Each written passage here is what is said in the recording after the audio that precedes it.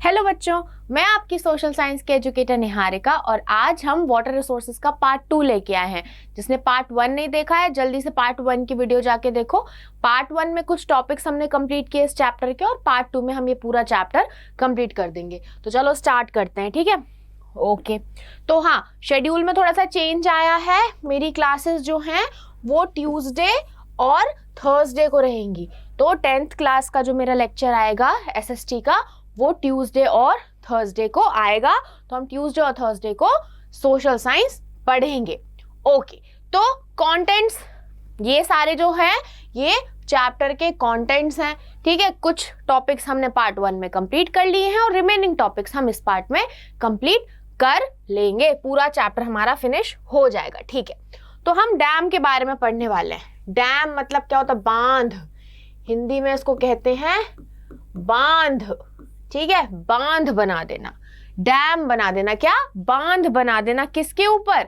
नदी के ऊपर बांध को बना दिया जाता है, ठीक है। तो क्या लिखा है? Dam is a barrier across flowing water that obstructs, directs और retards the flow, often creating a reservoir, lake और इम्पाउंडमेंट।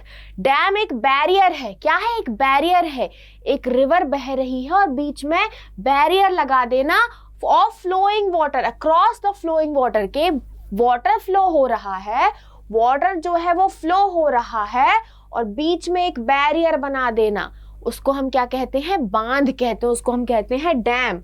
जो कि क्या करता है? ऑब्स्ट्रक्ट करता है, रोकता है फ्लो को, डायरेक्ट करता है, डायरेक्शन देता है या फिर फ्लो को स्लो करता है और एक रिजर्वायर फॉर्म करता है, एक लेक या फिर एक इम्पाउंडमेंट फॉर्म करता है। तो डैम एक बैरियर है जो कि एक फ्लोइंग वाटर पे लगाया जाता है और वो ऑब्स्ट्रक्ट करता है, रिटार्ड करता है फ्लो को या फिर डायरेक्ट करता है फ्लो को और एक रिजर्वायर, लेक या फिर इम्पाउंडमेंट क्रिएट कर देता है। तो this is the definition of dam, ठीक है।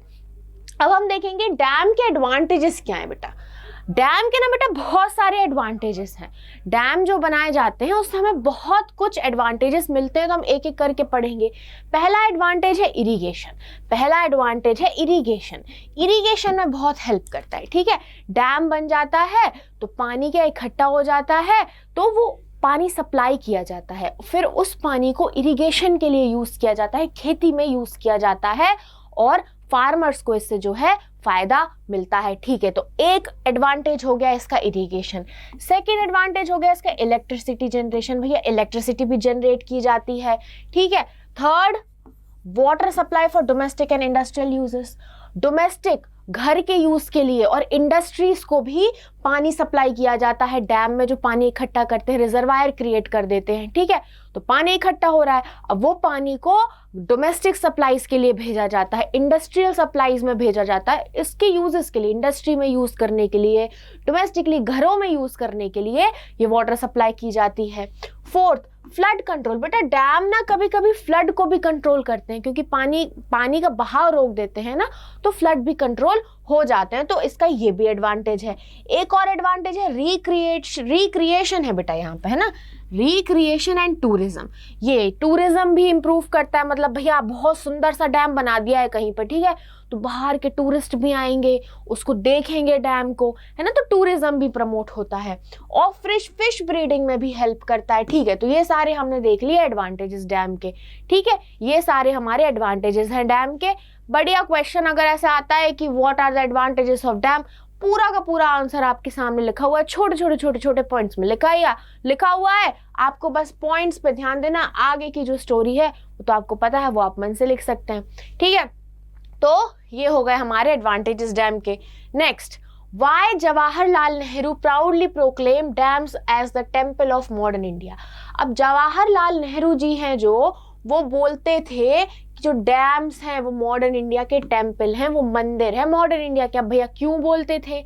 These projects integrate the development of agriculture with industries, therefore Nehru ji called them the temple of modern India. इसलिए बोलते थे क्योंकि ये जो प्रोजेक्ट्स हैं, ये जो डैम के प्रोजेक्ट्स हैं, ये डेवलपमेंट करते हैं एग्रीकल्चर को, मतलब जो एग्रीकल्चरली जो डेवलपमेंट हो रही है और जो इंडस्ट्रियल एरिया में डेवलपमेंट हो रही है, उनको इंटीग्रेट करते हैं, उनको मिलाते हैं और एग्रीकल्चर और इंडस्ट्रियल डेवलपमेंट साथ में हो पाता है। तो इसलिए ये जो डैम्स हैं इनको हम कहते हैं टेम्पल्स ऑफ मॉडर्न इंडिया। ठीक है, नेक्स्ट क्या है आगे, Why dams are now referred as multipurpose project? ये डायरेक्ट ऐसा क्वेश्चन आता है कि क्यों डैम्स को मल्टीपर्पज प्रोजेक्ट कहा जाता है? डैम तो एक है क्या? ये क्वेश्चन क्या पूछ रहा है कि डैम तो एक है, मतलब एक डैम है, वो मल्टीपर्पज प्रोजेक्ट क्यों है? मतलब एक डैम से इतने सारे काम हो रहे, इतने सारे पर्पस हैं, तो क्यों है भैया एक डैम को एक मल्टीपर्पज प्रोजेक्ट क्यों कहा जा रहा है? क्योंकि वो बहुत सारे काम कर रहा है बेटा। डैम जो है वो एक ही काम नहीं करता, वो बहुत सारे काम करता है, इसलिए उसको मल्टीपर्पज प्रोजेक्ट कहा जाता है। अब क्या क्या काम करता है? जो यूज होता है इंपाउंडेड वाटर का, वो इंटीग्रेटेड रहता है। ठीक है, डैम्स जो है वो कंस्ट्रक्टेड होते हैं to control flood for irrigation. मतलब डैम सिर्फ एक पर्पस के लिए नहीं बनाए जा रहे। यहाँ हम ये देख रहे हैं कि कितने सारे पर्पस को फुलफिल कर रहा है डैम। एक डैम बहुत सारे पर्पसेस को फुलफिल कर रहा है। अब डैम्स आर कंस्ट्रक्टेड, डैम्स को फ्लड को कंट्रोल करने के लिए बनाया जाता है, इरिगेशन के लिए बनाया जाता है, इलेक्ट्रिसिटी जनरेशन, यहाँ पे बेटा इलेक्ट्रिसिटी जनरेशन के लिए होगा, है ना, इलेक्ट्रिसिटी जनरेशन के लिए बनाया जाता है, इलेक्ट्रिसिटी डिस्ट्रीब्यूशन के लिए, मतलब जनरेट हो सके ज़्यादा इलेक्ट्रिसिटी, डिस्ट्रीब्यूट हो सके ज़्यादा इलेक्ट्रिसिटी। तो कितने सारे जो है यहाँ पे पर्पस हैं। डैम्स को पानी कंजर्व करने के लिए बनाया जाता है, वेजिटेशन को कंजर्व करने के लिए बनाया जाता है, सॉइल को कंजर्व करने के लिए बनाया जाता है, और टूरिज्म भी इससे प्रमोट होता है। तो बहुत सारे पर्पस फुलफिल हो रहे हैं ना, because dams are fulfilling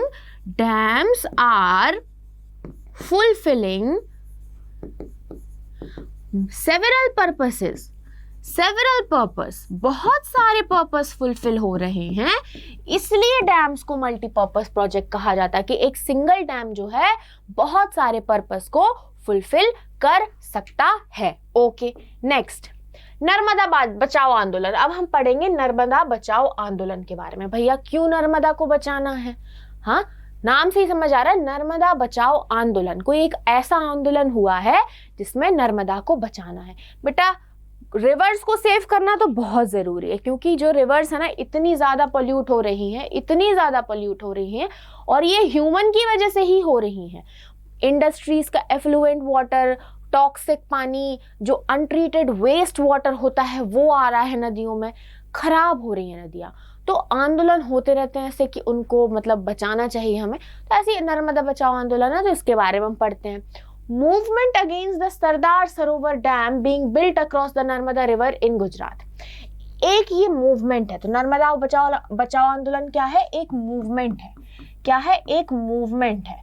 movement क्या होता है बेटा? बहुत सारे लोग इकट्ठे होके मिलके ना एक वो जोरों शोरों से वो करते हैं कि नहीं हम ऐसा नहीं करने देंगे, एक मूवमेंट कैरी ऑन कर लेते हैं, एक आंदोलन करते हैं कि ये गलत हो रहा है काम, उसके अगेंस्ट आवाज उठाते हैं। ठीक है, तो एक मूवमेंट है against the Sardar Sarovar dam. एक सरदार सरोवर डैम है जो कि नर्मदा के ऊपर बन रहा है गुजरात में जो नर्मदा नदी जहां से निकली है वहां पे सरदार सरोवर डैम बन रहा है। तो उस डैम को जो डैम बन रहा है उसके अगेंस्ट जो है लोग मूवमेंट कर रहे हैं, आंदोलन कर रहे हैं। क्यों कर रहे हैं? सबसे पहले हम देखेंगे it is organised by non governmental organisation. ठीक है, एनजीओज ने इनको ऑर्गेनाइज किया है। ठीक है, किसने ऑर्गेनाइज किया? एनजीओ ने। Mobilise tribal people, farmers, environmentalist and human rights activist. यहाँ पे कौन कौन इस आंदोलन का पार्ट है? जो ट्राइबल पीपल हैं, फार्मर्स हैं, एनवायरमेंटलिस्ट हैं, जो ह्यूमन राइट एक्टिविस्ट हैं, ये सब इसका पार्ट है। भैया इनको क्या हो रहा है? देखो बहुत सारे एडवांटेजेस होते हैं तो बहुत सारे डिसएडवांटेजेस भी होते हैं डैम के। जैसे अब मान लो एक जगह से रिवर बह रही है, ठीक है, उसके आसपास लोग, जैसे मान लो यहाँ पे रिवर बह रही है, ठीक है, आसपास अब यहाँ पे लोगों के घर हैं या लोगों के खेत हैं। अब सरकार ने डिसाइड किया कि हमें यहाँ पे बांध बनाना है, हमें यहाँ पे डैम बनाना है, ठीक है। अब यहाँ पे डैम बनाएंगे, पानी रोकेंगे, तो ये जो आजू बाजू का एरिया है ये तो पानी में डूब जाएगा। तो यहाँ के लोगों को अपना घर खाली करना पड़ेगा, अपना जो लैंड है वो खाली करना पड़ेगा, उनका खेती का लैंड चला जाएगा, उनका घर चला जाएगा। तो बहुत सारे डिसएडवांटेजेस भी होते हैं लोगों को। इसलिए लोग जो हैं ये आंदोलन करने लगते हैं कि भैया हमको नहीं चाहिए, हमारा तो घर बार लौट जाएगा ना। तो इसलिए ऐसे ही रीजंस की वजह से जो है लोग बाग आंदोलन करने लगते हैं, मूवमेंट करने लगते हैं, ठीक है। तो हमने यहाँ देखा कौन कौन इस मूवमेंट का पार्ट है। Okay, It originally focused on the environmental issues related to trees that would be submerged under the dam water। देखो अब यहाँ पे उन्होंने बताया क्या रीजन है।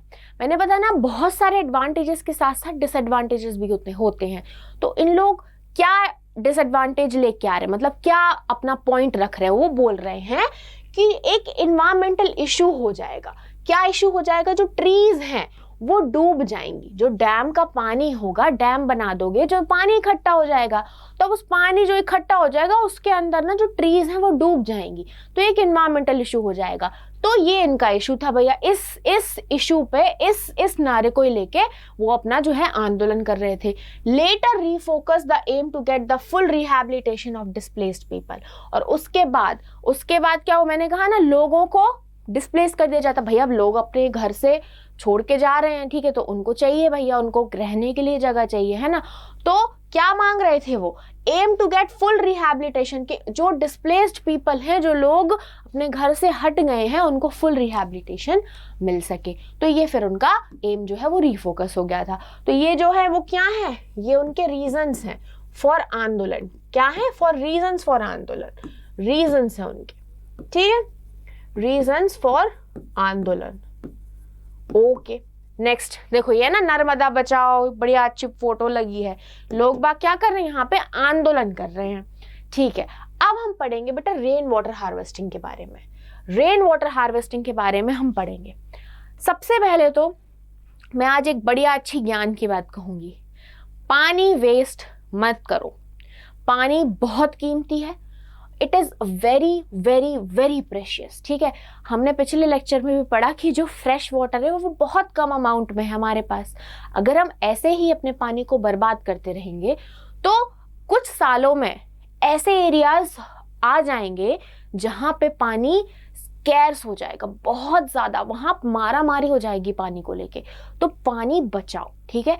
जितना पानी आप बकेट यूज़ करो नहाने के लिए, ओके, आप मतलब कम से कम आप वेस्ट मत करो। Okay, if you want to use water use it, but don't waste it ना। लोग बागों को दूर दूर किलोमीटर्स तक, स्पेशली जो राजस्थान वाला एरिया है जहाँ पे मतलब पानी की कमी होती है, वहाँ पे स्पेशली लेडीज़ के ऊपर ये बर्डन आता है कि उनको पानी की व्यवस्था करनी पड़ती है।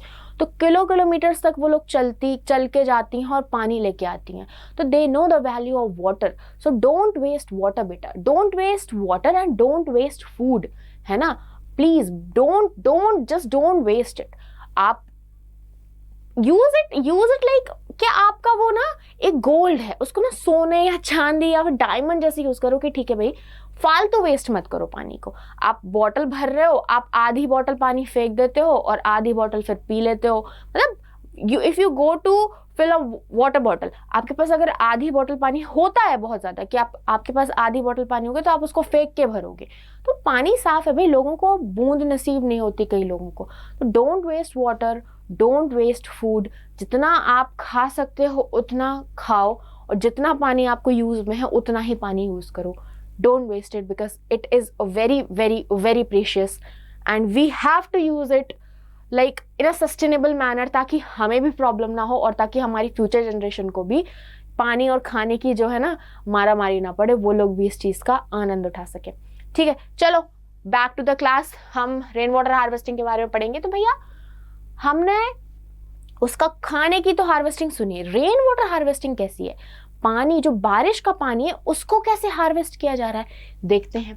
The harvesting of rain water simply involves the collection of water from surfaces on which rain falls and subsequently storing this water for a later use। क्या है रेन वाटर हार्वेस्टिंग? जो बारिश गिरती है, जो बारिश होती है तो उस बारिश को कलेक्ट करके रखना, उस पानी को कलेक्ट करके रखना और उसको लेटर यूज करना, that is rain water harvesting. ठीक है, normally water is collected from roofs of building and stored in rain water tanks. अब भैया कहाँ से कलेक्ट किया जाता है? नीचे पानी गिर रहा है तो नीचे का तो उठा नहीं लेंगे, मतलब ऐसे तो पानी आप हाथ में ले लेके या फिर बकेट से तो कलेक्ट करोगी नहीं। तो जो छत पे जो पानी गिरता है, छत पे जो पानी गिरता है उसका ऐसा सिस्टम बना दिया जाता है, रूफ्स पे जो पानी आ रहा है वहां से रेन वाटर कलेक्ट किया जाता है।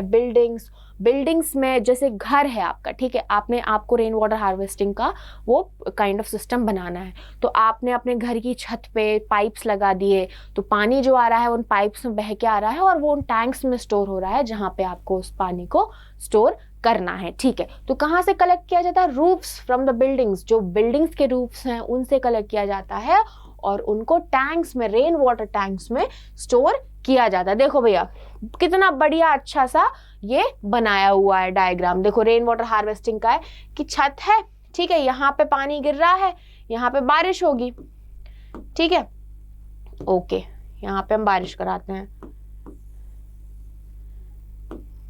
यहाँ पे देखो ये बारिश हो रही है, ठीक है, अब ये जो पानी है ना यहाँ पे इकट्ठा हो रहा है, ठीक है, यहाँ से भी बारिश होके यहाँ आ रही है, ठीक है, तो अब यहाँ से बहुत सारे ये पाइप्स जुड़े हुए हैं।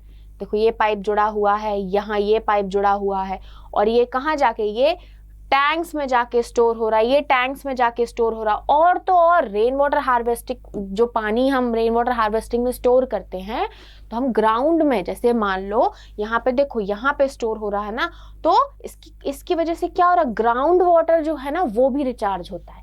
मतलब रेन जो होती है ना, जब अच्छी रेन होती है, कहते हैं ना बहुत सारे बोरवेल सूख गए या कुएं सूख जाते हैं और जब बारिश होती है तो उनमें वापस पानी आ जाता है, तो वो जो रिचार्ज हो जाते हैं, जो ग्राउंड वाटर होता है ना वो रिचार्ज हो जाता है क्योंकि पानी जाता है अंदर तक, इसलिए पानी जो है वापस आने लगता है। तो क्या होता है, रेन वाटर हार्वेस्टिंग से हम ग्राउंड वाटर को भी रिचार्ज कर सकते हैं। तो it is a very nice technique, it is a very nice system. आप इसको यूज़ करके बहुत सारा पानी जो है स्टोर कर सकते हो और उसका एक सस्टेनेबली उसको यूज़ कर सकते हो। ठीक है, आगे बढ़ते हैं।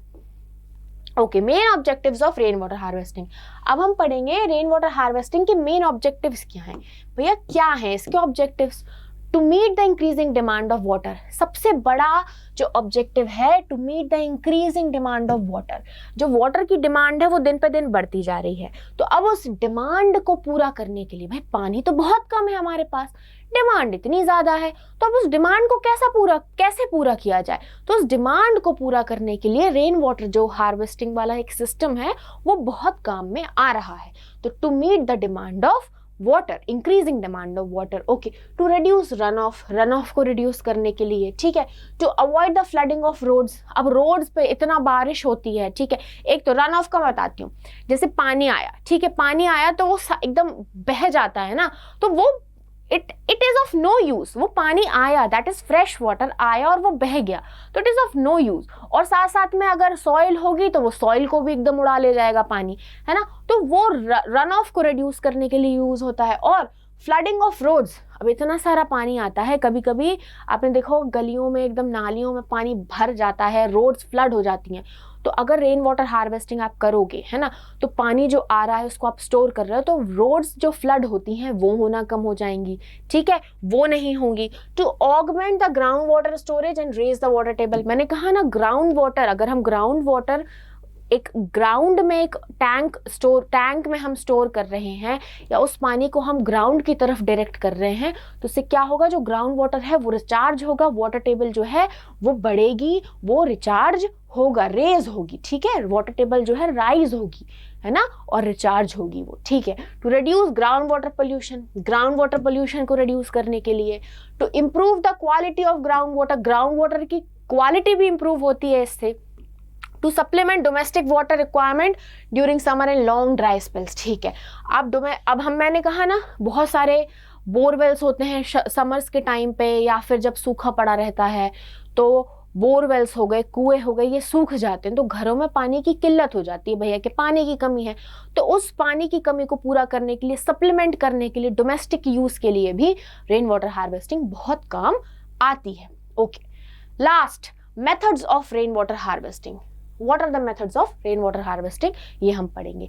People built diversion channels like the guls and और kuls of the western Himalayas, ठीक है, गल्स और कुल्स बना लेते हैं पीपल, ठीक है। Roof top rain water harvesting, ये अभी हमने एक डायग्राम में देखा कि रूफ पे जो पानी आ रहा है वहां से लोग बाग जो है उसको पाइपों से डायरेक्ट कर देते हैं और स्टोर कर लेते हैं, और हिमालयस में गुल्स और कुल्स जो हैं वो बना के वो रेन वाटर हार्वेस्टिंग करते हैं। अंडरग्राउंड टैंक्स और tankas for storing drinking water in Bikaner, Phalodi and Barmer, ठीक है, बीकानेर, पहलोडी और बन्नेर में क्या अंडरग्राउंड टैंक और टंकास को बना के ये रेन वाटर को स्टोर करते हैं। Bamboo drip irrigation system in Meghalaya, Meghalaya में बैम्बू ड्रिप इरिगेशन सिस्टम करके रेन वाटर को ये स्टोर करते हैं, उसका यूज करते हैं। तो ये हैं कुछ methods of rain water harvesting, ठीक है। तो इसके साथ हमारा चैप्टर हो गया है खत्म। तो आपको इस लेक्चर के या किसी भी लेक्चर के नोट्स चाहिए हैं तो आप हमारे स्कोर प्लस ऐप, जो हमारा ऐप है, उससे डाउनलोड करके इनको पढ़ सकते हैं। तो यूज़ दोज नोट्स, है ना, ये चैनल आप ये ऐप आपके लिए ही डेवलप किया गया है, तो इस ऐप को बिल्कुल यूज़ करो आप, है ना, और इन PDF नोट्स को आप यूज़ करो, ठीक है। तो फिर ये हो गया हमारा चैप्टर ख़त्म। मिलते हैं नेक्स्ट लेक्चर में। बाय बाय बच्चों।